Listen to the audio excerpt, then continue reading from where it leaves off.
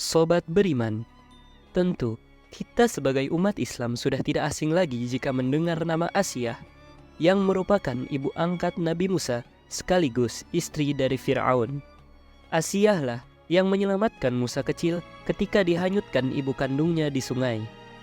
Dikisahkan dalam Al-Quran bahwa Asiyah merupakan perempuan pejuang. Ia hidup di bawah raja sekaligus suaminya yang zalim.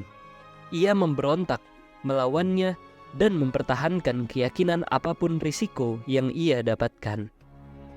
Asiyah binti Muzahim adalah seorang wanita mulia yang namanya pernah diceritakan Rasulullah SAW dengan sabdanya, "Cukup bagimu dari segenap perempuan di alam ini 4 perempuan, yaitu Maryam putri Imran, Khadijah binti Khuwailid, Fatimah binti Muhammad, dan Asiyah istri Fir'aun."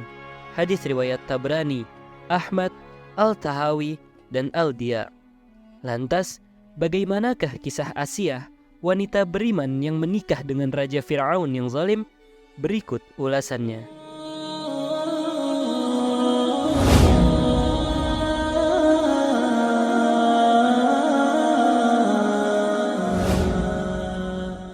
Assalamualaikum warahmatullahi wabarakatuh.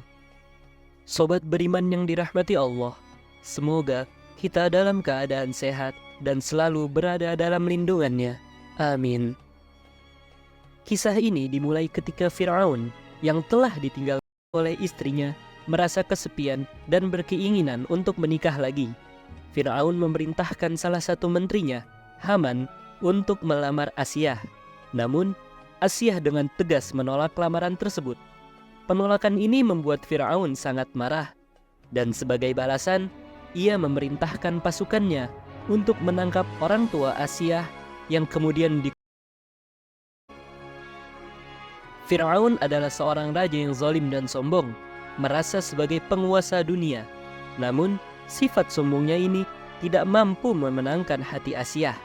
Meskipun dinikahi Fir'aun, Asiyah tetap teguh pada prinsip-prinsip keimanan dan keyakinannya.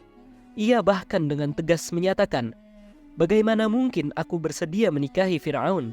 Padahal ia terkenal sebagai seorang raja yang mendusta Allah." Fir'aun lalu mengatakan orang tua Asiyah hingga membuatnya harus menikah dengan Fir'aun. Asiyah binti Muzahim adalah contoh yang luar biasa bagi semua orang yang beriman, terutama kaum wanita. Meskipun ia memiliki status sebagai istri seorang raja Mesir yang kafir, Asiyah berhasil memisahkan dirinya dari kekafiran suaminya. Dalam suatu kisah, diceritakan ketika malam pertama saat Fir'aun berusaha ingin istrinya, muncullah sosok iblis perempuan yang menyamar sebagai Asiyah. Sehingga setiap kali Fir'aun mencoba istrinya, ia sebenarnya tidak sedang bersama Asiyah. Allah menjaga kemuliaan dan kesucian Asiyah dari sentuhan penguasa yang zalim. Asiyah merasa sangat khawatir akan keselamatan hidupnya jika Fir'aun mengetahui keimanannya. Dia tahu betapa kejam suaminya, seperti yang terjadi pada Masyitoh, seorang tukang sisir putri Fir'aun yang juga menyembunyikan keimanan dan akhirnya hidup-hidup bersama anak-anaknya oleh Fir'aun. Melihat perbuatan suaminya terhadap Masyitoh dan anak-anaknya, Asiyah tak bisa lagi menahan kemarahannya, lantas mendatangi Fir'aun. "Kalah engkau, wahai suamiku, alangkah beraninya engkau kepada Allah Subhanahu wa Ta'ala," kata Asiyah. Reaksi Fir'aun terhadap perkataan Asiyah sangatlah keras. Ia terkejut mendengar istrinya menyebut nama Allah seperti yang pernah dikatakan oleh Masyitoh. Marah, Fir'aun mendesak Asiyah untuk menarik kata-katanya kembali. Namun, Asiyah dengan tegar mempertahankan keimanannya. Kemarahan Fir'aun semakin memuncak, dan akhirnya ia mengusir Asiyah dari istananya. Keesokan harinya, Fir'aun mengumpulkan seluruh pejabat Mesir dan mengajukan pertanyaan mengenai Asiyah binti Muzahim. Para pejabat memberikan pujian kepada Asiyah karena reputasinya sebagai wanita yang baik. Namun, Fir'aun mengklaim bahwa Asiyah telah menyembah Tuhan selain dirinya, sehingga para pejabat Mesir menyarankan agar Asiyah harus dihukum mati. Asiyah akhirnya ditangkap dan dibawa ke padang pasir yang terik dan panas. Ia diikat pada 4 tiang dengan kedua tangan dan kaki, dipaksa untuk menahan sengatan matahari yang terik. Fir'aun dan pengikut-pengikutnya meninggalkan Asiyah di sana, menganggapnya seperti batu kadal yang terkapar di tengah pasir panas. Fir'aun berharap bahwa Asiyah akan merayu dan memohon padanya untuk meminta tolong serta kembali menyembahnya. Namun, Asiyah tetap teguh dalam keimanannya kepada Allah Subhanahu wa Ta'ala. Asiyah yang luar biasa belum berakhir. Fir'aun kembali datang dengan pasukannya dan menanyakan kepada Asiyah, siapa yang harusnya disembah, apakah Allah atau dirinya? Namun, Asiyah tetap teguh dalam keimanannya dan menjawab bahwa tidak ada Tuhan yang patut disembah selain Allah.